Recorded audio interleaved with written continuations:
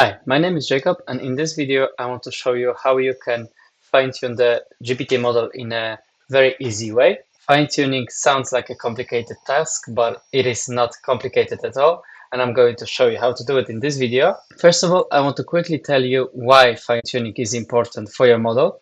It becomes basically very cheap and much more efficient than using one prompt and trying to get the response from this prompt. So as you can see, this GPT says exactly what are the benefits of using fine-tuning. So one of them is domain adaptation. That means your content is adapted to your writing style, for example. Performance improvement. That means it can save some money basically if you train a cheaper model like 4.0 mini. If you train it the right way, it will make the same task as a 4.0, which is more expensive model. Oh, that's actually a cost efficiency as well.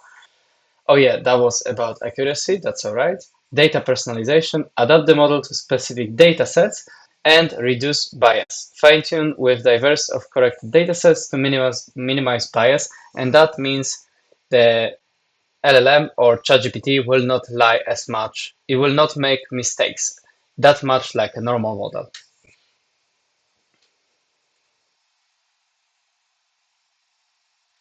So I did something interesting with my fine-tuned model. I used a make scenario that I created. You can see that in the other video. And I created in a way that it creates a content based on some YouTube video transcript. So imagine there is a YouTube video transcript. That model takes that transcript, processes that data, and creates, for example, news on LinkedIn. So here you can see in my make scenario, there is this GPT fine-tuned model. And when it processes that data, it posts something on LinkedIn or x.com. And you can see here, this content is actually generated without fine-tuned model. First post I made were just basically with a normal prompt, which didn't do a bad job, but I used 4.0 model. That was more expensive, that's one.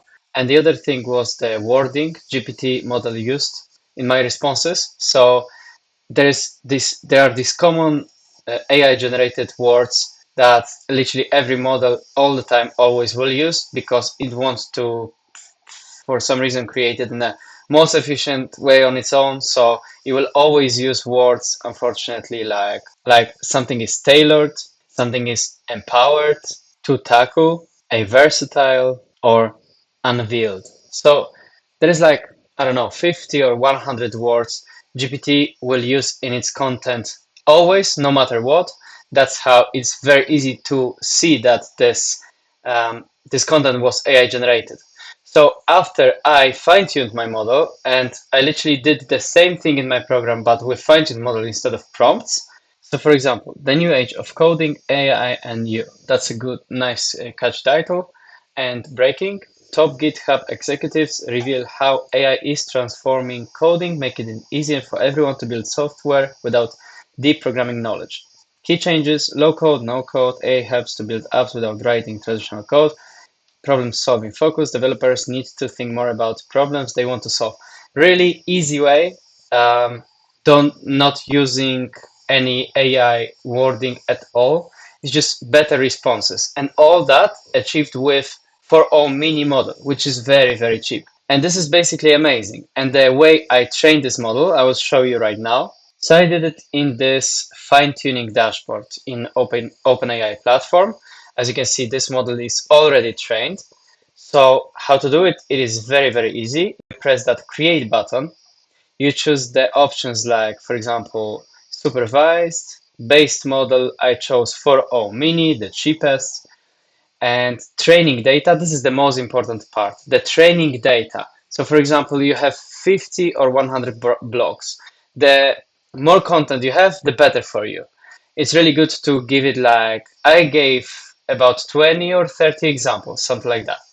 And you can, oh no, actually only 16 examples. So as you can see, this structures looks basically like that. OpenAI in its documentation tells how the structure should look like, or even ask it in any GPT model, in ChatGPT. So you see the messages, and there is a role as a system, and the content is basically my prompt. This prompt will be always the same. And then when we go forward, actually it will be easier if I show you in the with I made it in with a GPT. It's more structured. So first is role system, and the content is the prompt.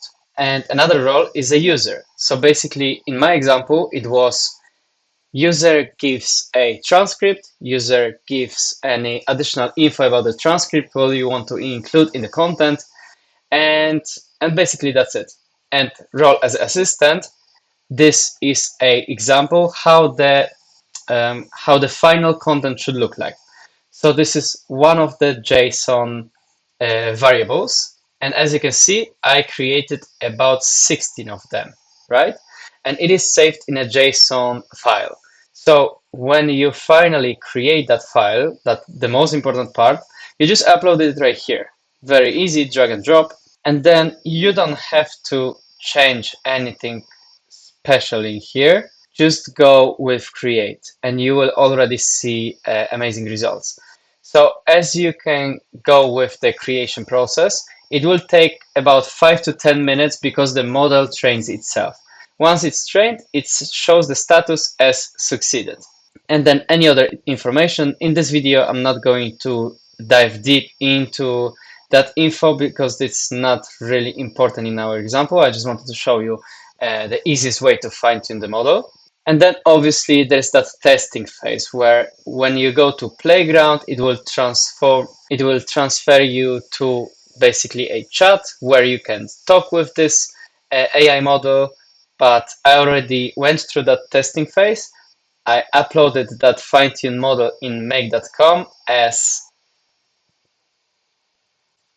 a module of OpenAI, GPT, my OpenAI connection as a I believe that's an API key, and I chose this model, and it shows and it asks a couple other things, and that is the system prompt.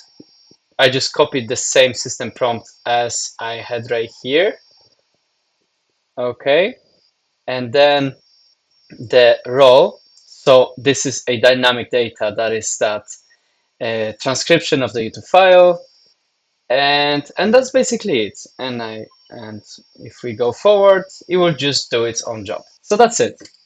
Fine-tuning just sounds very complicated, but it is not complicated process. It is a little bit more complicated than just prompting the model, but it's much, much more effective. And if you would like to see some other ways how I work with AI and automations, please leave a like and subscribe to my channel. Thanks a lot.